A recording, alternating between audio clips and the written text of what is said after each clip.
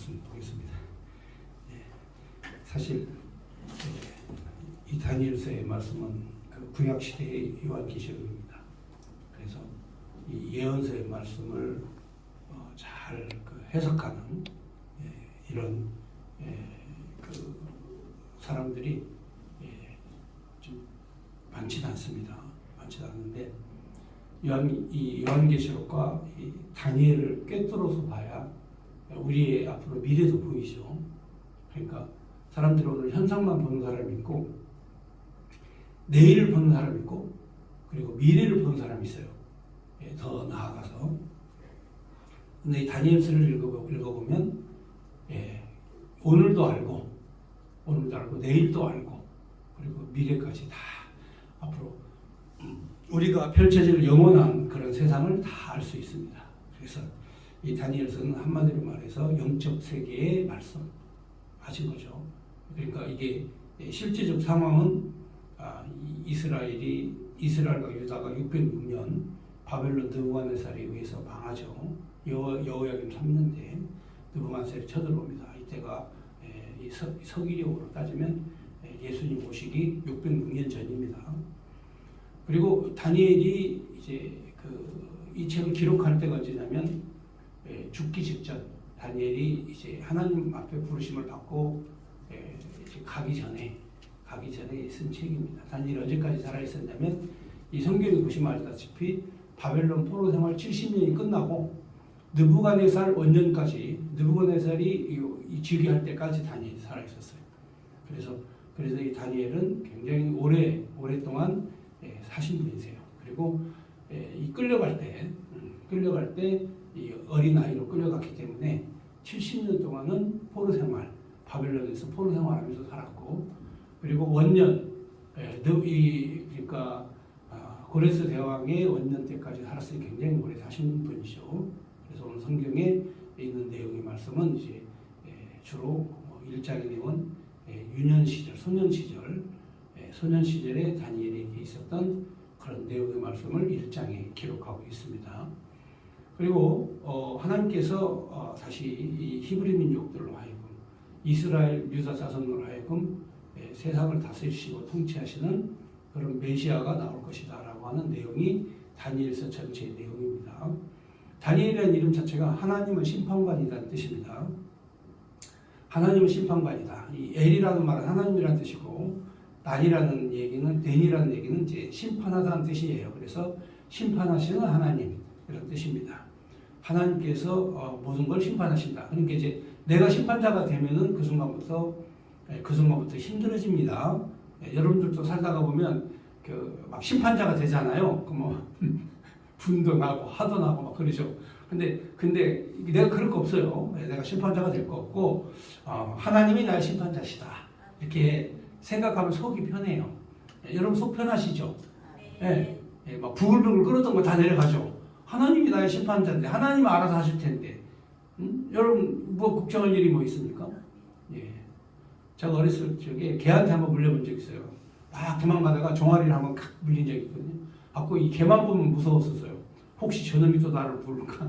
근데 그 물린 개도 말이죠. 그 물린 개도 우리 아버지랑 가니까 깨갱하면서 깜짝 놀라더라고요. 그러니까 여러분의 심판자는 하나님이시고 하나님 백으로 사는 거지 내 백으로 산다고 생각하면 안 되죠. 그렇잖아요? 그래서 아버지 손 꼭 잡고 이렇게 갔죠. 강아지 깨갱하면서 깜짝 놀라더라고요. 막 내가 가면 막 이빨을 드러내고 막 짖어대고 그러는데 그러니까 가장 바보스러운 사람이 뭐냐면 자기 혼자 힘으로 해결하려고 하는 사람. 내 힘으로 해결하려고 하는 사람. 이게 가장 어리석습니다. 하나님을 믿는 백성은 하나님이 해결하신다. 이렇게 가는 거예요.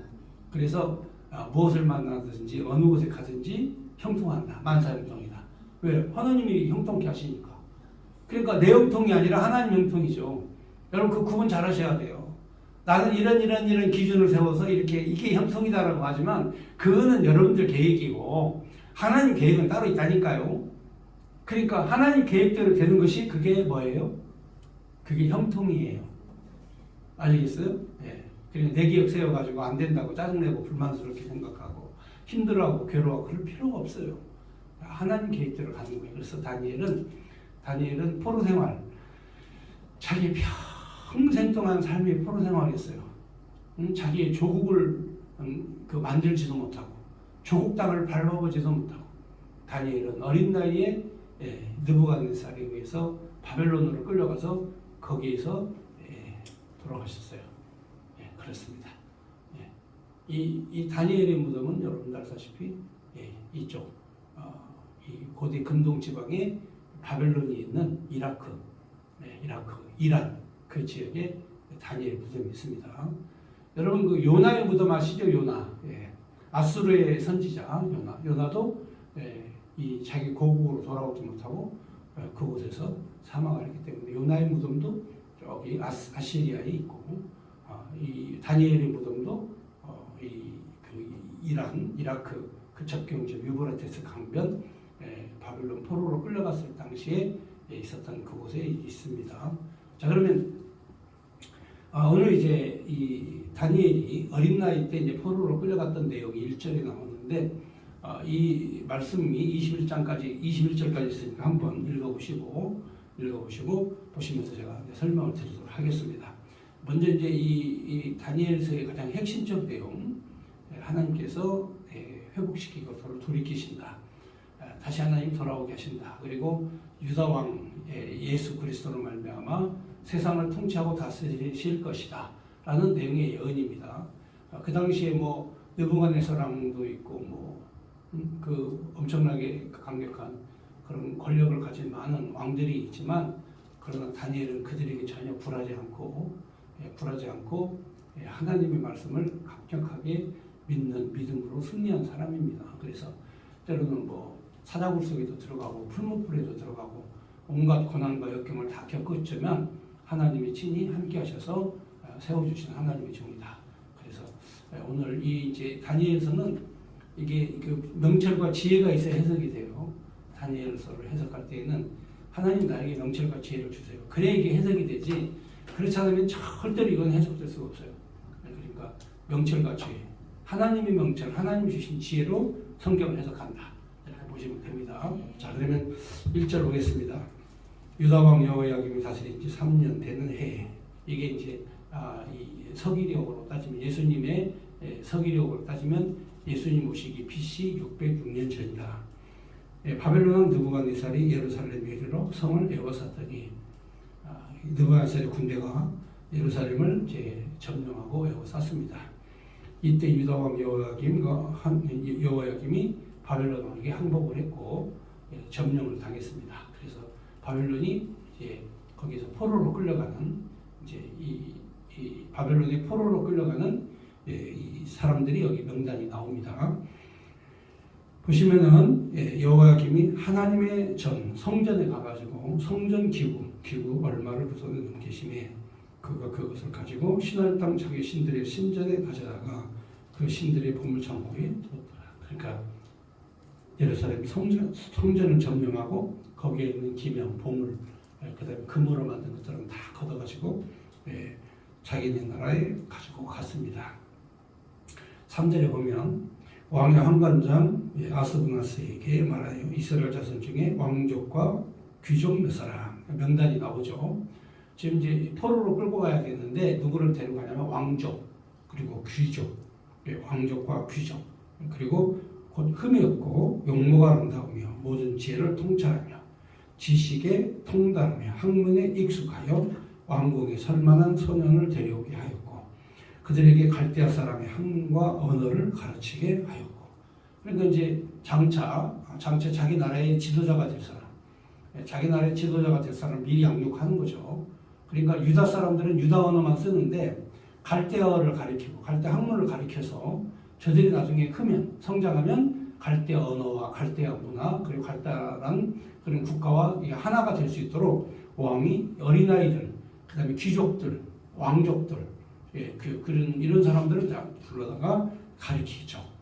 여기에 또 왕이 지정하여서 그들에게 왕의 음식과 그가 마시는 포도주에서 달마다 쓸 것을 주어 3년을 기르게 하였으니 그 후에 그들은 왕 앞에 서게 될 것이더라. 그러니까 3년간 교육기관에서 가르치고 먹이고 해서 이제 3년 후에는 느부갓네살 앞으로 데리고 간다. 이제 이 계획으로 아이들을 가르치기 시작했죠. 자, 그들 가운데 이제 유다 자손 곧 다니엘과 하나냐와 미사엘과 아사랴가 있었더니, 그러니까 유다 자손 중에서 이 네 명의 이 어린 아이들이 이제 선택을 받습니다. 선택을 받았는데 환관장이 그들의 이름을 다 고쳐서 다니엘을 베드사살이라 하고, 그러니까 이제 유다 이름을 이제 갈대아 이름으로 바꾼 거죠. 유다 이름을 갈대아 이름으로 바꿨는데 다니엘은 하나님은 재판관이시다라는 이름 뜻입니다. 그리고 거기에 또 이름이 그 바꿔진 사람이 하나냐 있죠. 하나냐는 이제 하나님은 은혜를 나타내신다 한 뜻이고요. 그 다음에 미사엘은 메삭이라 하였고, 미사엘은 하나님과 같은 자가 누구냐 한 뜻이고요. 다 거기 성경책에 보면 나와 있습니다. 아사랴는 주님이 도우신다 한 뜻입니다. 그들의 이름을 다 고치죠. 그래서 고친 이름, 고친 것은 이제 그들의 권유에 복종하고, 그리고 이제 갈대아 사람으로 이름을 개명해라 해서 이제는 너희들은 이제 갈대아 사람이다. 이렇게 하나님께서 고쳐 주십니다. 베드사살 그리고 여기 사드락 그리고 메삭, 아벳느고, 자, 이 다니엘의 친구들이 함께 공부 동로 수학한 3명의 젊은 그런 학생들이었습니다. 자, 그런데 자, 이제 이들 가운데 하나님 은혜가 나타나셨는데 다니엘이 뜻을 정하였습니다. 여기 8절에 보면은 다니엘이 뜻을 정해서 왕의 음식과 그가 마시는 포도주로 자기를 더럽히지 아니려 하고 그랬죠. 그러니까 이게 뭐냐면 이름은 바꿨고 내가 바벨론에 살지만 나는 이 레위기에서 지정해준 음식만 먹겠다 그 뜻입니다. 레위기에서 정해준 정결한 음식으로 구분한 거. 바벨론은 이방 땅이니까 이제 지들 멋대로 먹죠. 그렇지만 유다 자손들은 하나님이 지정해준 음식이 있죠. 하나님이 지정해준 음식만 먹어야 돼요. 레위기서에 하나님이 정해준 거 그걸 먹어야 돼요. 예를 들어서 이 돼지고기 먹으면 안 되고요. 구분이 있지만 이게 그 반복해서 속에서 이제 소처럼 그 영물을 먹고 그 다음에 위가 이제 소는 위가 4개나 있어요. 이렇게 하나씩 넘어가면서 이제 소화기관이 좀 다릅니다. 그래서 막 꿀꺽꿀꺽 먹고 이제 이런 돼지보다는 소, 염소, 양 뭐 이런 걸 먹기로 하죠. 근데 이쪽 동네는 뭐 다 먹죠. 이거저거. 그러니까 하나님이 먹지 말라고 한 것까지 다 먹을 수밖에 없는 상황이 되니까 차라리 육식을 금하고 채식만 먹겠다. 하나님 앞에 뜻을 정합니다. 그리고 또 왕이 허락한 음식과 그가 마시는 포도주로 자기를 더럽히지 아니하리라 하고 자기를 더럽히지 아니하도록 환관장에게 구하니 그랬습니다. 그러니까 이제 요청을 한 거죠. 내가 마음의 뜻이 있어서 나는 내가 먹어야 될 음식이 따로 있다 하면서 하나님 앞에 기도하고 환관장에게 구하니까 환관장이 안 돼. 무슨 소리야? 왕이 준 음식인데 너 먹어 하면서 강제적으로 해야 됐는데 하나님께서 이 다니엘의 그 결심을 하나님이 아시고 하나님이 다니엘로 하여금 9절에 보면 환관장에게 은혜와 궁유를 얻게 하신지라. 그러니까 누가 역사하셨냐면 하나님이 역사하신 거예요. 인간적으로 보면 이건 해결할 수 없거든요.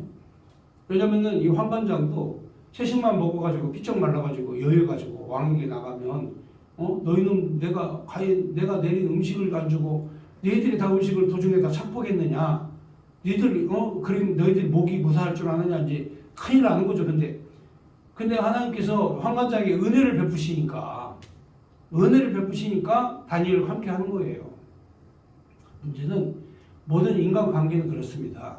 우리가 항상 저 사람 딱 만날 때 우리의 만남에 과연 하나님이 개입하시고 하나님의 은혜가 함께 하시는가 이거 먼저 살펴야 돼요.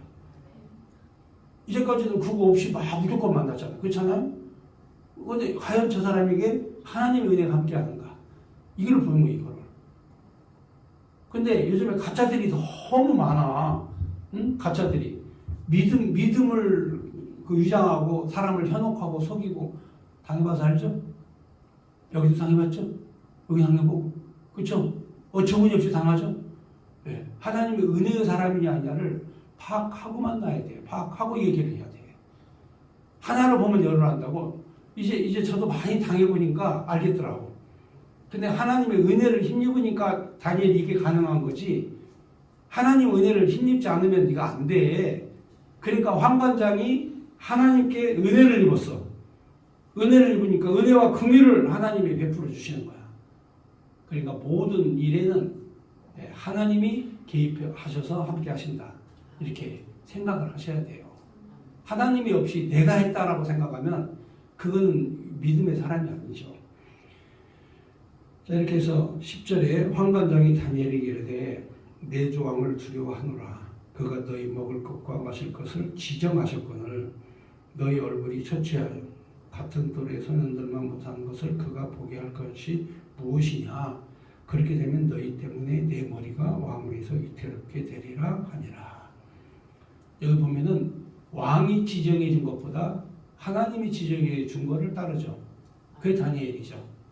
그렇죠? 그러니까 현상적으로 복종할 수밖에 없는 그런 상태지만, 그러나 그걸 따르지 않고 하나님의 명령을 따른다.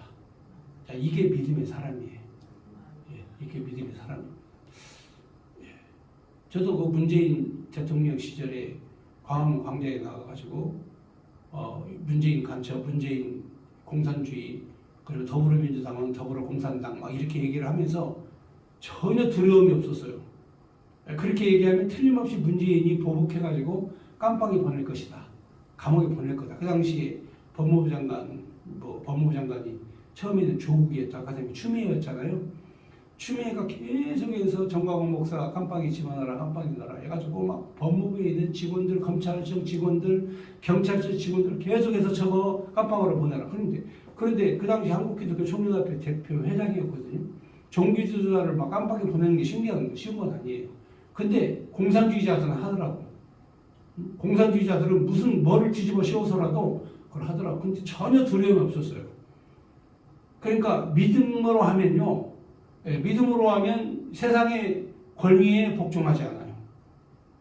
세상의 권력에 복종하지 않습니다. 믿음을 가진 사람은. 뭔가 달라요. 그리고 오늘 여러분들이 이 세상에서 성공적 삶을 살려면 뭔가 다른 사람이 돼야 되는 거야. 그렇잖아요. 뭔가 달라야 돼. 내가 일반 사람하고 뭔가 달라야 돼.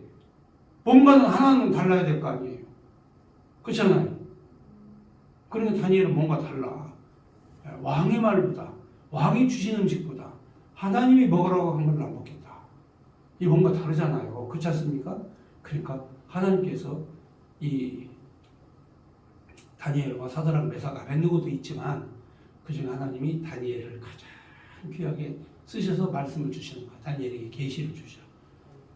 그러니까 다니엘은 하나님과 마음이 하나가 되고 소통이 되니까 계시를 풀 줄 알아. 예언을 해석을 해. 응? 예언을 해석해. 왜냐하면 하나님과 소통하니까 예언이 해석이 되는 거야. 그런데 여러분들도 하나님과 소통이 되면 계시가 해석이 되고 예언이 해석이 돼요. 다. 하나님과 소통하기 때문에 가능한 겁니다.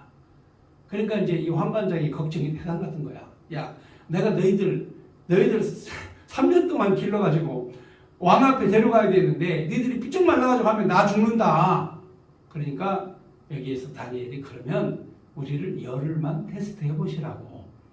열흘만 테스트해 보시라고.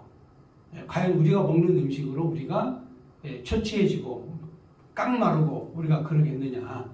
한번 우리를 테스트해 보시라. 자, 그래서 바로 내가 너희들 앞에 내가 이 목숨이 위태롭다. 내가 왜 이래야 되느냐.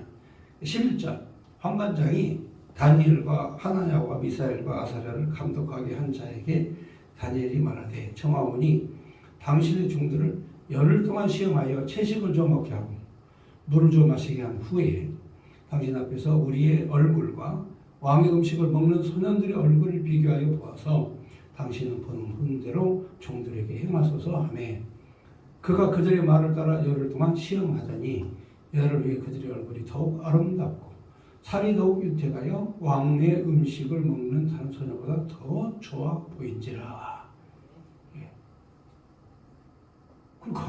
그러니까 이 왕이 준 음식은 건강에 별로 안 좋은 음식들이죠.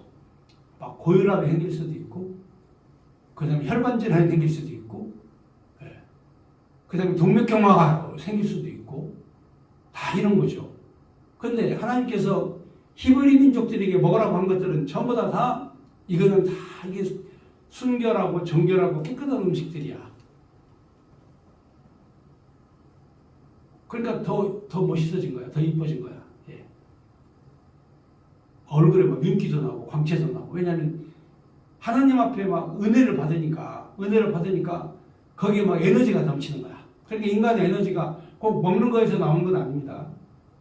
예? 잘 먹어도요. 얼굴에 막 근심 걱정이 많은 사람들 있잖아요. 그 얼굴빛이 안 밝아. 그 사람들.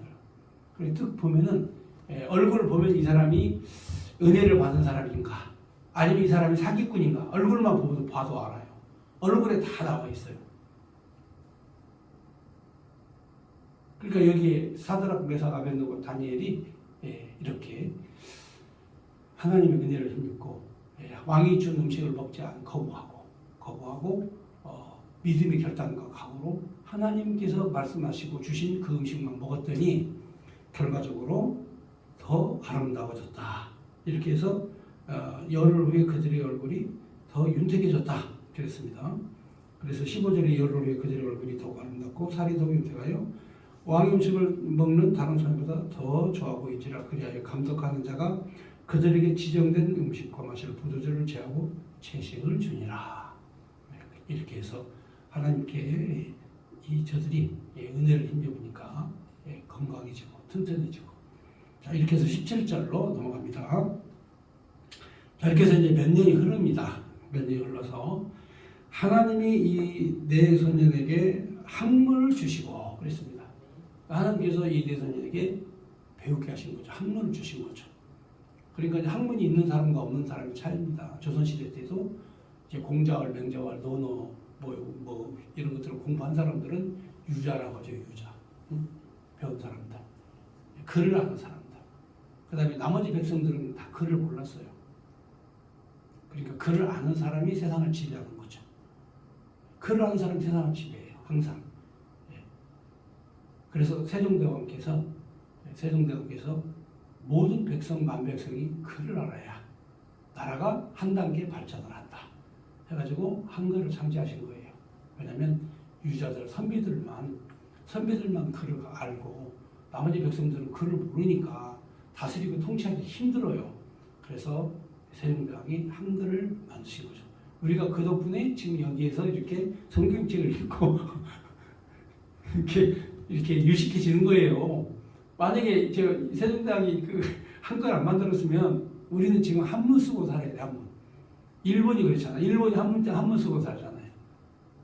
일본이 글을 세종대왕 같은 분이 없어가지고 거기는 한문을 써요. 지금도. 근데 우리는 한글로 모든 글을 다 해석할 수 있어요. 세계에서 가장 과학적이고 배우기 쉬운 글이 한글이에요. 가장 과학적이고 배우기 쉬운 글이. 그래서 지금 저기 남태평양 나라라든지 어떤 그 아프리카 어떤 나라라든지 그 나라는 언어가 없고 글이 없으니까 영어로 하자니 영어가 너무 어렵고 복잡하니까 한글로 모국어를 삼아가지고 쓰는 사람들도 있다니까요. 그리고 이게 과학적인 창제 이 언어라는 거 과학적으로 이게 어떻게 만들어졌는가가 다 이렇게 해례본에 훈민정음 해례본에 다 설명이 되어 있어요. 이건 어떻게 만들었고 이건 어떻게 만들었고 과학적인 논리를 다 해서 글을 만든 거죠. 자, 근데 하나님께서 이 세상을 그래서 우리나라가 여러분 다른 나라보다 굉장히 그 성장 속도가 빠른 이유가 한글 때문에 그렇습니다. 여러분 일제시대 때만 해도요 글을 모르는 사람들이요 이 글을 모르는 사람들이 60, 70%였어요. 시골에 살고 평민들은 거의 다 글을 몰랐어요. 일제시대만 해도 소학교나 보통학교 이런 데를 다녀야만 겨우 글을 알았지 그전에는 글 아는 사람들이 없었어요. 그런데 하나님께서 우리에게 은혜를 베풀어 주셔가지고 이렇게 교육률이 높잖아요. 대한민국 국민들은 거기다 다 글을 다 알잖아요. 제가 깜짝 놀란 게 미국 사람들도 영어를 못 쓰는 사람들이 한 10% 된대요. 그냥 말은 하지 응? 말은 하지 이걸 쓸 줄을 모르는 사람들이 한 10%가 된답니다. 미국에도. 그러니까 우리나라 사람들은 거의 대부분 다 읽고 100%다 읽고 쓰잖아요. 그러니까 이렇게 국민들이 글을 읽고 쓸 줄 알고 그러니까 이 나라가 이 격상이 높아지는 거죠. 이렇게 높아지는 겁니다. 여러분들도 이 다니엘에게 하나님이 지식과 지혜를 주시고 학문을 주시니까 그들이 어느 누구보다 뛰어난 사람이 되는 거예요. 그러니까 학문이 있어야 뛰어난 사람이 돼요.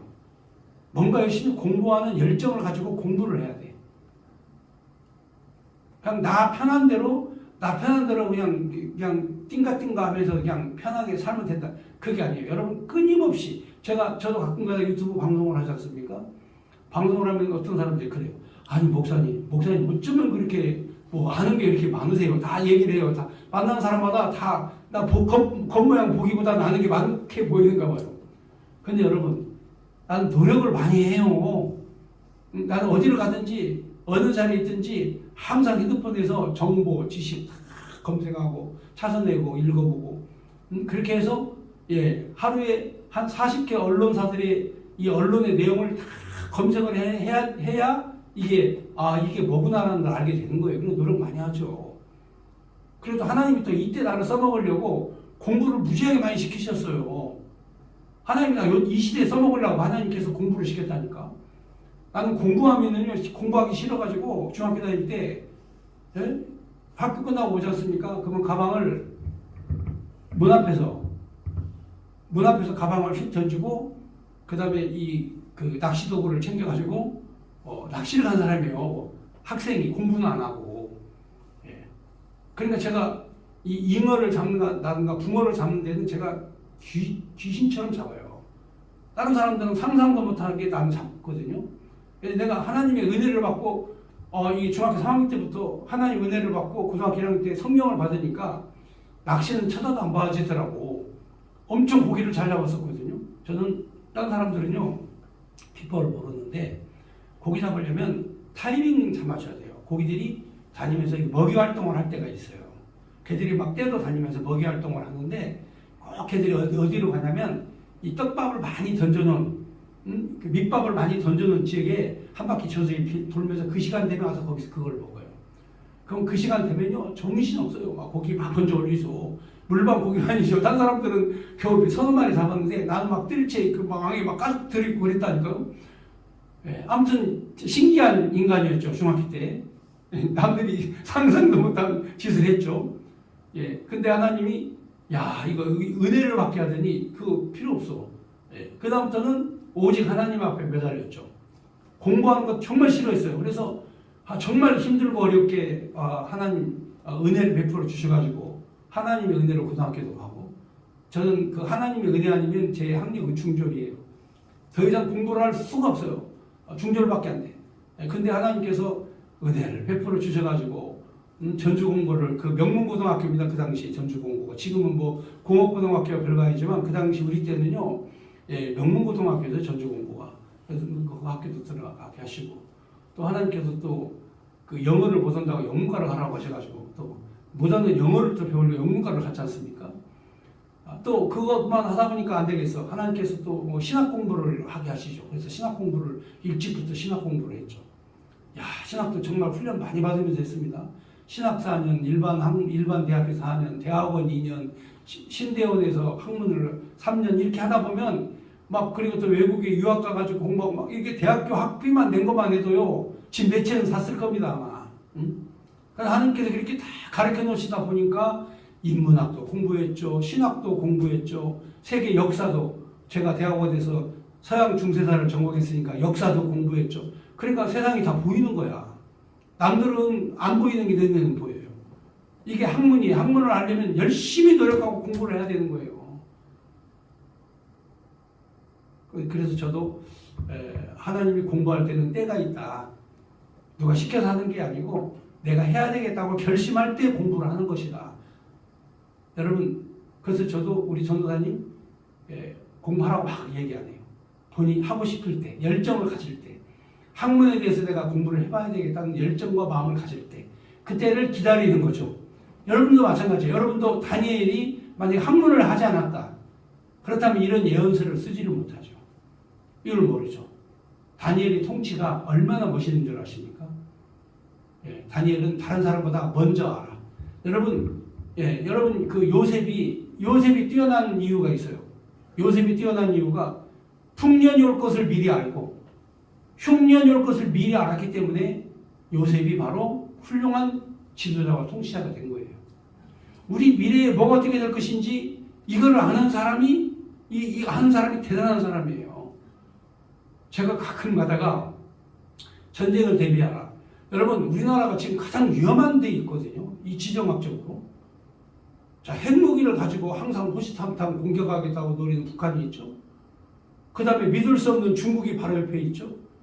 중국이라는 나라는 원래 우리나라를 항상 침략해왔고 통치하고 다스린 나라였기 때문에 역사적으로 그렇게 우리를 우습게 알아요. 대한민국을 우습게 합니다. 그리고 러시아는 여러분 6.25 전쟁 때 김일성을 앞세워서 이 남한을 침략해본 침략국가의 러시아라고 하는 나라 자체는 소비에트 연방 때는요 엄청나게 많은 나라를 다 점령해가지고 소비에트 연방을 만들었었어요. 여러분 그렇게 매우 위험한 나라 우리가 있는 거예요. 근데 거기다가 우리가 일본도 우리를 침략한 침략국가 있잖아요. 그렇잖아요? 그러니까 이게 지정학적으로 이거는 동서남방을 다 봐도 우리나라를 침략했던 국가밖에 없는 거예요. 이때 우리에게 필요한 게 지혜죠. 이때 우리가 필요한. 그러니까 저는 가끔 가다가 전쟁을 대비하고 생수도 준비하고 가스도 준비하고 양초도 준비하고 식량도 비상식량 준비하라 이렇게 얘기하면 사람들이 이해를 못해. 아, 지금처럼 편안하고 좋은 세상인데. 근데 여러분 포탄 한 방만 떨어지잖아요. 슈퍼마켓 가면 아무것도 없어요. 다 동나고 없어요. 여러분 그거 아셔야 돼. 그러니까 항상 한 달간은 식구들이 먹고 살 수 있는 비상식량을 유사시에 대비를 해라. 이렇게 얘기하면 남들이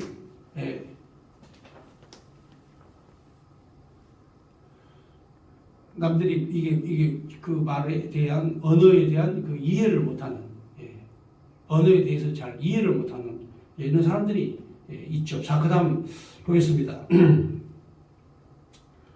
그 다음에 보면 17절에 하나님이 내 소년에게 학문을 주시고 또 모든 서적을 깨닫게 하시고 지혜를 주셨으니 자, 다니엘은 모든 환상과 꿈을 깨달았더라. 자, 모든 환상과 꿈을 어떻게 했다? 깨달았다. 어떻게? 앞에 보니까 학문이 있죠. 그 다음에 서적을 읽고 하나님이 지혜를 주시고 그러니까 환상과 꿈이 눈에 보이는 거야. 아시겠어요? 그냥 환상과 꿈이 그냥 오는 게 아니에요. 끊임없이 연구하고 공부하고 배우고 그래서 바로 이 환상과 꿈을 하나님이 해석하고 보게 하시는 거예요. 여러분들도 그냥 되는 게 아니라니까요. 노력 많이 해야 된다니까요. 우리 교회에서 수요일 날 성경대학을 하는데 이 성경대학이 그야말로 이 보통이 아니죠. 이게 대단한 거죠. 여러분들이 지평을 넓히고 학문을 넓히고 지식과 지혜를 넓히는 매우 귀중한 그런 시간이거든요. 네. 자, 이렇게 해서 이 모든 환상과 꿈을 다니엘이 깨달을 수 있도록 하나님이 지혜를 주셨어요. 그러니까 18절에 왕이 말한 대로 그들을 불러들일 기한이 찼으므로 환관자인 그들을 느부갓네살 앞으로 데려가니 왕이 그들의 말하여 보매 무리 중에 다니엘과 하나냐와 미사엘과 아사랴와 같은 자가 없으므로 그들을 왕 앞에 서게 하고. 자, 왕 앞에 서겠다는 말은 왕의 신하가 되게 했다는 뜻이에요. 왕 앞에 섰다는 말은 왕의 신하가 되게 했다. 그리고 왕이 그들에게 모든 일을 묻는 중에 그 지혜와 총명이 온 나라의 박수, 술객, 박수 술객보다 10배나 나온 줄 아니라. 그러니까 하나님께서 명철과 지혜를 주셔서 그러니까 이 다니엘이라는 이름을 가진 사람이 보통 사람이 아니죠. 보통 사람이 아닙니다. 우리 전사님도 다니엘인데 보통 사람이 아니에요. 그 이름을 다니엘이라는 이름 가지면 이건 보통이 아닙니다. 10배나 더 지혜가 10배나 더 지혜가 뛰어나다. 그러니까 이거 등치로 싸우는 게 아니잖아요. 머리로 싸우는 거잖아요. 그러니까 뛰어난 지혜. 그래서 21절에 이제 마지막으로 오늘 다니엘 1장, 다니엘은 언제까지 살았냐면 고레스가 나라를 차지할 때까지도 있었다. 그리고 이제 고레스 대왕 때에도 또 통치를 합니다. 다니엘은 워낙 지혜로우니까 다니엘이 이 고레스 대왕 원년까지도 살아 있었다. 성경에 써 있잖아요, 여기. 그죠? 그러니까 이 포로 생활 70년 넘어서 고레스 대왕 때까지 살아 있었으니까 나이 몇 살까지 살아 있었는 건 잘 안 나오지만 오래 살았죠. 그래서 이 바벨론 포로로 끌려갈 때 왕족 중에 귀족 중에 끌려가서 다니엘은 어린아이 때 갓난아이로 가서 바로 70살이 넘으니까 고레스 대왕까지 만난 거죠. 자, 이렇게 해서 우리가 다니엘서의 시기적인 거, 그 다음에 어렸을 때 소년 시절, 그리고 어떻게 공부를 했나, 그리고 뭘 먹었나, 어떤 비전과 꿈을 가지고 있었나에 대해서 말씀을 드렸습니다. 오늘 여기까지 말씀드렸습니다.